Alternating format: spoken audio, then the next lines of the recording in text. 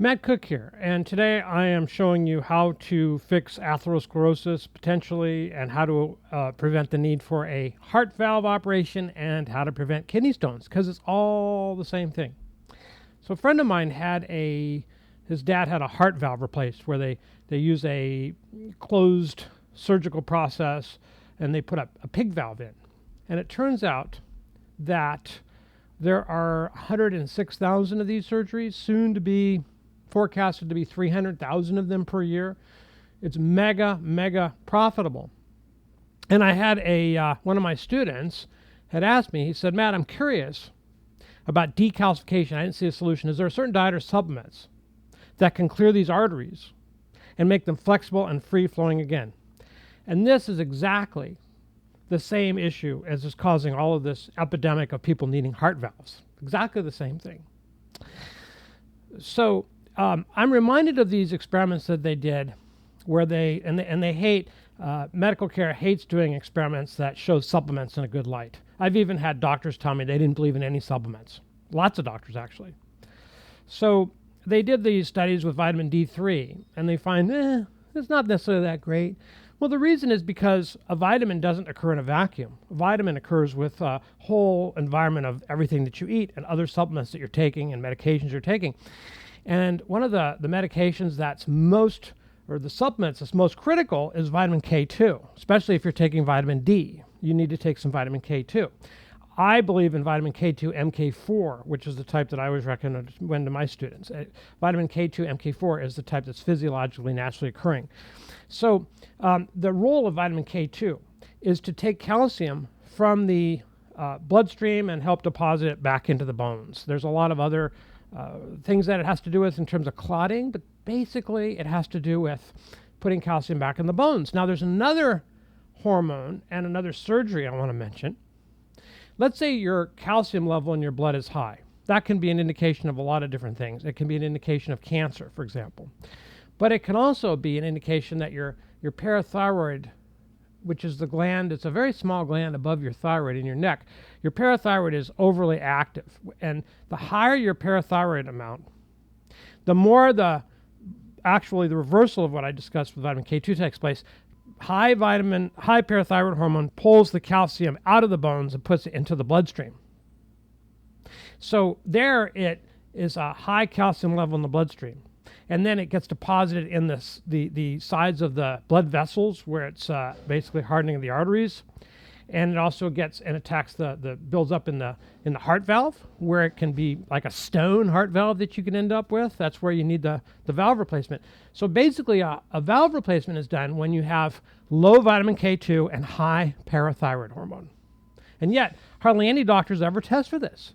Now the second surgery I mentioned is a middle-aged woman who had a high calcium level, and they identified the fact that she had a little nodule on her right parathyroid gland. So they took it out.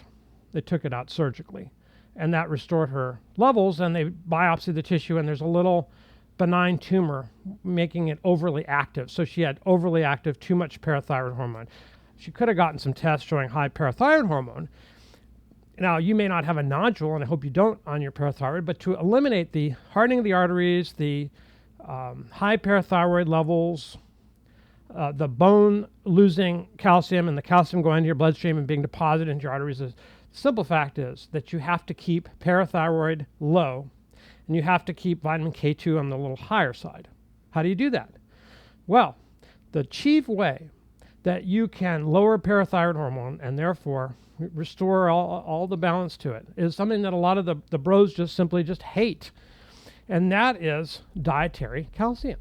If you have enough dietary calcium and you have enough D3, you should have enough D3 and vitamin K2, then you will start putting the calcium in your bones, strengthening your bones, even if you're older, avoiding osteoporosis and avoiding the risks of fractures and broken bones, things like that, at least lowering the risk of that. So a high ratio of calcium in your diet to another mineral called phosphorus, high calcium, lower phosphorus, lowers parathyroid hormone. And if you take vitamin K2, MK4, and you take a bit of D3, or you get plenty of sunlight, then you will be reversing the hardening the arteries and helping to take the calcium and get it back into the bones where it belongs. And the key here is the ratios. What you want to do is you want to have higher calcium than phosphorus. Higher calcium than phosphorus. So what I do is I like to use chronometer, and I can add a food to chronometer, and I'll just show you something. Let's say that you have a steak, and you're going to have a steak. Let's make it a steak sandwich, right? Pretty typical. Now, we add it to our diary, we can look at a steak sandwich. This isn't always super accurate, but it's usually pretty accurate. This shows that our calcium is 68 milligrams, and our phosphorus is 207 milligrams. So that means already we're very, very high in phosphorus and low in calcium. Remember, we want to have high calcium, lower phosphorus. And that means that the type of diet, a steak sandwich, some cereal in the morning, a coffee, the type of diet that most people eat, raises their phosphorus levels, lowers their calcium, and now they have elevated parathyroid hormone. And that elevated parathyroid hormone actually will result in the calcium being deposited into their soft tissues, the heart valve, the kidneys, the testes, the brain.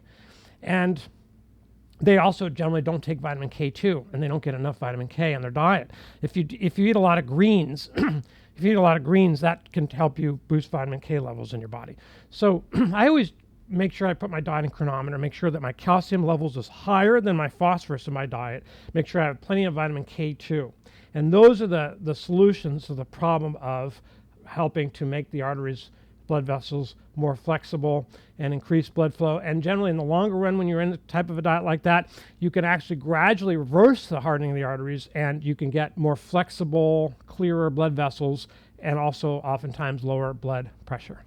If you like this type of content, I have a complete system called Alpha Line U, or you can get an all-access pass, everything I do. We have all these basically online, very quick classes you can take, transformations we call them, on all different things, having to do with everything from ED to blood pressure, both for men and women. Head over to Daily Medical Discoveries. I have an ebook that you'll be able to get, and then I'll get you these discoveries every day sent to your email. Thank you so much.